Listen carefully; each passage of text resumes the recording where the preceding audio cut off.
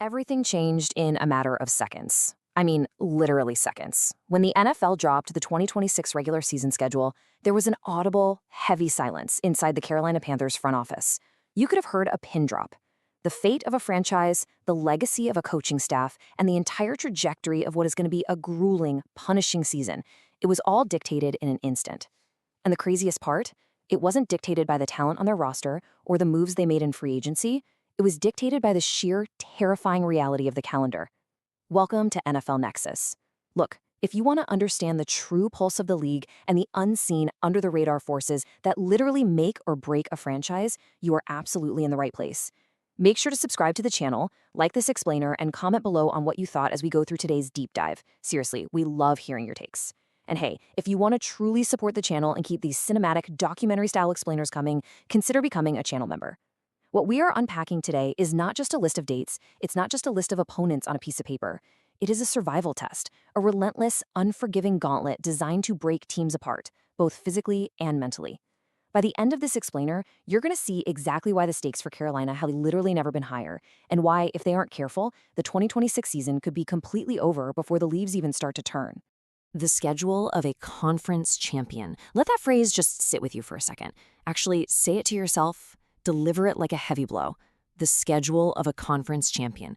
This isn't some wild exaggeration crafted by local sports radio to get clicks. It is the raw, unvarnished truth of the situation Carolina is currently facing. Think about how the National Football League actually works, right? The scheduling formula is supposed to be designed for parity. First-place teams from the prior year are meant to play other first-place teams. Usually you earn a brutal, punishing schedule by hoisting a division trophy, by dominating your peers on the field, by proving to the entire world that you are the absolute best of the best. The league actively tries to give struggling franchises a softer path. It's designed to help them rebuild, to find their footing, but somehow, someway, Carolina is staring down a lineup of teams with massive, legitimate playoff aspirations right out of the gate. We're talking about a slate filled with opponents who are absolutely not looking toward the NFL draft. They are looking toward a Super Bowl ring. It almost feels punitive, doesn't it? The league has essentially handed a developing Panthers roster a heavyweight title fight, week after relentless week. It leaves them absolutely zero room to breathe, zero time to recover, and virtually no margin to learn from their mistakes. It's sink or swim, right from day one. Part 1. The Early Season Gauntlet. Racing to the Week 5 bye. Okay, so in the NFL, the opening month is usually about finding your footing, right? It's about establishing an identity and working through all those inevitable miscommunications of a brand new season. But for the 2026 Carolina Panthers, it is a treacherous vertical climb to their very first moment of rest. It's a desperate gasp for air. I want you to think of this not as a series of football games, but as an immediate test of sheer willpower. Let's break this down. Week 1, the home opener against the Chicago Bears. Now that brings the massive pressure of the first game of the season in your own building against a franchise that is desperate to prove their own playoff worth. The Bears are coming in with a young, explosive core that has really matured. They possess offensive weapons that require absolutely perfect defensive execution to contain. A misstep in Week 1 doesn't just cost you a game in the standings, it sets a tone of anxiety in your own stadium. It makes the walls feel like they're closing in early. Then, Week 2. You're hitting the road to face a bitter divisional rival, the Atlanta Falcons. Look, the physical toll of an NFC South divisional clash literally cannot be overstated. These teams know each other's tendencies intimately. Carolina swept Atlanta in 2025, so you better believe the Falcons have had this revenge game circled on their calendars for months. They are going to be preparing a hostile, deafening environment in Mercedes-Benz Stadium aimed squarely at overwhelming the Panthers' communication at the line of scrimmage. Week 3 takes them up to Cleveland, a road game in the dog pound. The Browns' defense is historically anchored by relentless pass rushers like Myles Garrett and a suffocating secondary. This unit is specifically designed to terrorize opposing quarterbacks. And then you add in the chaotic, unforgiving elements of Lake Erie weather and a notoriously hostile crowd. This becomes a pure war in the trenches where finesse just goes to die. It's going to be ugly, physical football. And then, Week 4, Sunday Night Football against the Detroit Lions. The glaring, unforgiving lights of national television, Dan Campbell has built a powerhouse franchise in Detroit centered entirely around a bite-off kneecaps mentality. It's a physical, bruising style of football that completely exhausts defenses by the fourth quarter. Between the deafening roar of Ford Field, the elite route running of Amon-Ra St. Brown, and a crushing running game, the Lions are an absolute nightmare scenario. Carolina will likely be significant underdogs in 3 of these first 4 matchups, with Cleveland being the only potential outlier, and even that is a massive challenge. All of this brings us to an absolute non-negotiable number: 2-2. Just 2 and 2. In the context of this 2026 schedule, a 2-2 record is the holy grail of September. They must, and I mean absolutely must, hit a 2-2 record before that Week 5 bye. Consider the psychology of a bad start in the NFL for a second. Historically speaking, teams that start 1-3 have roughly a 14% chance of making the playoffs. 14%. That's a massive hole to dig out of. But teams that start 0-4, the season is functionally over. The odds drop to less than 1%. Think about the human element there. If the Panthers stumble out of the gate and go 0-4 or even 1-3 against this gauntlet, the locker room could completely fracture. The local and national media will circle like sharks. The coaching staff will immediately feel the intense heat of a very dissatisfied front office. So, 2-2, that is their anchor to reality. It's the bare minimum required to keep belief alive inside the building before the true horror of the rest of the schedule begins. They just have to survive. Gary Davenport over at Bleacher Report put it perfectly when he was analyzing this early slate. He specifically emphasized the need for a mild start. He wrote, "The Panthers need to enter the bye week at least with a 2-2 record. A mild start to the season is crucial." This analysis is deeply rooted in the reality of the Panthers' current roster. Remember, this is a team relying heavily on off-season acquisitions, young talent that is still developing, and a scheme that desperately needs time to gel. Unless their off-season moves have made a seismic, totally miraculous difference, like turning Carolina into a legitimately elite powerhouse literally overnight, they desperately need this survival anchor to set the tone. A home win against the Bears, combined with maybe grinding out a gritty divisional win on the road against Atlanta, that's the blueprint. They have to manufacture confidence before they hit that bye week because what comes next is honestly terrifying. Part 2. The post-bye nightmare. No rest for the weary. So if Week 5 is a chance to finally catch their breath, Week 6 is when the suffocating pressure returns, and it's heavier than before. If Carolina enters this next stretch completely broken from their September battles, they simply will not survive it. Waiting immediately after the bye is a brutal, rapid-fire sequence of heavyweights: the Philadelphia Eagles, the Tampa Bay Buccaneers, the Green Bay Packers, and the Denver Broncos. Let's break down exactly what this means for a football team. First, the Philadelphia Eagles. They offer one of the most hostile environments in professional sports at Lincoln Financial Field. Philly plays a brand of trench warfare that literally grinds opponents to dust, paired with elite skill players on the perimeter that force defensive coordinators to pick their poison. It is a deeply physical, bruising encounter that leaves teams battered for weeks. Next up, the Tampa Bay Buccaneers, a fierce divisional rival fighting tooth and nail for the exact same NFC South crown.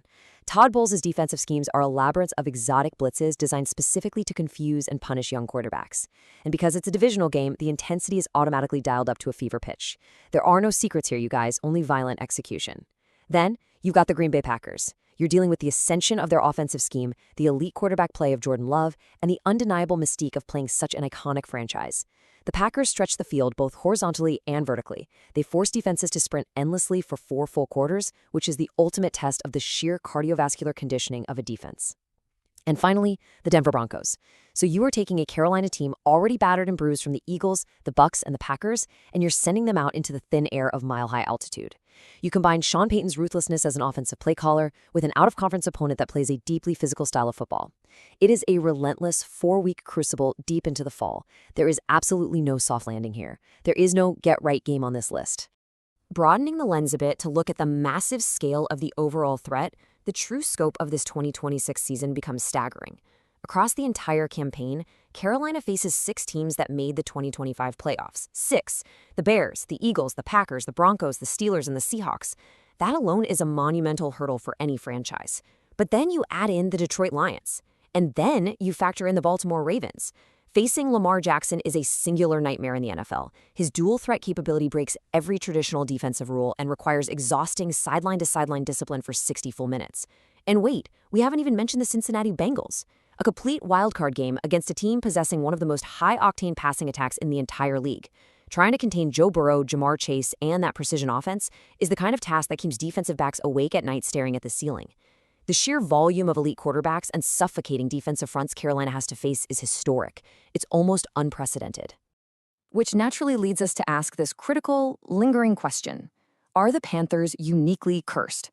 Seriously, did the schedule makers sit in some boardroom in New York, analyze the league, and collectively decide to single out Carolina for this specific brand of suffering? When fans look at the sheer density of those playoff teams, conspiracies naturally ignite on local sports radio and team message boards. It feels personal, right? It feels like an impossible mountain built just for a franchise trying to find its way out of the dark. But as we dig deeper into the data, the story takes a massive, dramatic twist. Part 3. The NFC South Bloodbath. Shared Nightmares. The wider truth here, the reality that sharp analysts quickly realized when the schedules officially dropped, is that the pain is actually not isolated to Charlotte. The entire NFC South is locked in a brutal, division-wide battle against top-tier opponents. It is a shared nightmare, a shared trauma. However, as in every war, someone usually manages to find a slightly easier path through the minefield. While the Panthers are staring down a relentless gauntlet of playoff heavyweights, their divisional rival, the New Orleans Saints, somehow caught the absolute easiest draw in the entire division. Now, to be fair, the Saints still have to play those shared out-of-division teams like the Lions, Ravens, and Packers. But interspersed in their schedule are matchups against the Las Vegas Raiders, the Cleveland Browns, and the Arizona Cardinals. Relatively speaking, in the landscape of 2026, these are considered massive reprieves. The Raiders are a franchise constantly stuck in a chaotic rebuild mode. The Browns' offense, as we know, can be highly inconsistent and entirely dependent on volatile quarterback play. And the Cardinals' defense has historically struggled mightily to stop high-powered offenses. In a division where every single win is going to be covered in blood, sweat, and tears, the Saints having these built-in pressure releases feels like a massive injustice to the rest of the NFC South. They caught a huge break. But hey, if you think the Panthers have it bad, the nightmare awaiting the Tampa Bay Buccaneers is arguably even worse. Take a look at this. Like Carolina, Tampa Bay has to run through the exact same shared gauntlet. The Bengals, the Packers, the Steelers, the Bears, the Lions, and the Ravens. But the Buccaneers, on top of all of that shared pain, have a unique set of out-of-division threats that is absolutely terrifying. They have to face the Los Angeles Rams, a team featuring Sean McVay's motion-heavy offense that completely dictates the pace of a football game, backed by defensive stars that just wreck opposing game plans. They have to face the Dallas Cowboys, a team that brings a suffocating media circus, intense primetime pressure, and absolute game wreckers on defense like Micah Parsons. And they have to face the Los Angeles Chargers, meaning they have to deal with Jim Harbaugh's deeply physical, punishing run game and Justin Herbert's generational arm talent. So the Buccaneers are staring down a nearly identical gauntlet to the Panthers, but with the added terror of facing legitimate, proven Super Bowl favorite championship contenders right on top of it. It's wild. And Atlanta isn't safe either. The Falcons possess their own exclusive, terrifying nightmare. While they face all those shared brutal opponents of the NFC South, their unique outer-division draw hands them, wait for it, the San Francisco 49ers and the Kansas City Chiefs. Yep, the 49ers represent pure, unadulterated physical dominance. Kyle Shanahan's relentless rushing attack, paired with defensive titans like Nick Bosa and Fred Warner, literally physically pulverize opposing teams into the turf. And the Chiefs? Come on. Despite any roster turnover they might have, they possess an undeniable championship pedigree rooted in the tactical genius of Andy Reid and the magical, game-breaking improvisation of Patrick Mahomes. So the Falcons have to prepare for the most physically punishing team in the NFC and the most dangerous quarterback in the history of the AFC. No big deal, right? Part 4. A War of Attrition. December's Draft Boards. Look, when every single team in a division is handed a schedule this violent, the entire dynamic of the divisional race fundamentally changes. It is no longer just about who has the best quarterback or who has the flashiest offensive scheme. It becomes something much darker and much more grueling. These out-of-division schedules are going to break teams down to their absolute studs. This is the very definition of a war of attrition, a grueling season where the division crown isn't won by the most talented team, but by the franchise that best withstands their brutal out-of-division beatdowns. Surviving the 2026 schedule is about sheer, uncompromising endurance. It's about depth charts being tested to their absolute breaking points. We all know what happens when November arrives. Starters inevitably go to injured reserve, hamstrings tear, shoulders separate, practice squad elevations suddenly become everyday starters. When the Panthers, the Bucs, the Falcons, and the Saints spend their Sundays getting beaten to an absolute pulp by the Eagles, the Packers, the Chiefs, and the Rams, the question becomes, who can tape themselves back together fast enough to win a critical divisional game the very following week? The physical trauma of this out-of-division slate will completely drain these teams' stamina. The franchise that manages its injuries best, maintains its locker room culture through the dark times, and physically survives the beatings will emerge victorious. The rest, they will simply crumble. Which leaves us with this final striking question to ponder as we wrap up this explainer. Who will survive the out-of-division gauntlet, and who will be looking at draft boards in December? The margins for error here are effectively zero. The Carolina Panthers desperately need that 2-2 start just to stay alive, just to keep their heads above water before the absolute tsunami hits them. But remember, Every other team in the NFC South is fighting that exact same desperate war for survival. The impending doom is palpable, yet the anticipation for this brutal, gladiatorial season is absolutely thrilling. It's going to be a true test of exactly what these franchises are made of, down to their very core.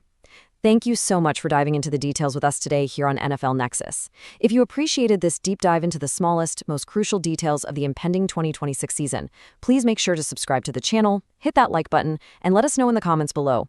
Who do you think actually survives this NFC South bloodbath? I want to read your predictions. And hey, if you want to support more cinematic, documentary-style explainers that take you deep into the heart of the NFL's biggest stories, become a channel member today. We couldn't do this without you. We'll see you next time.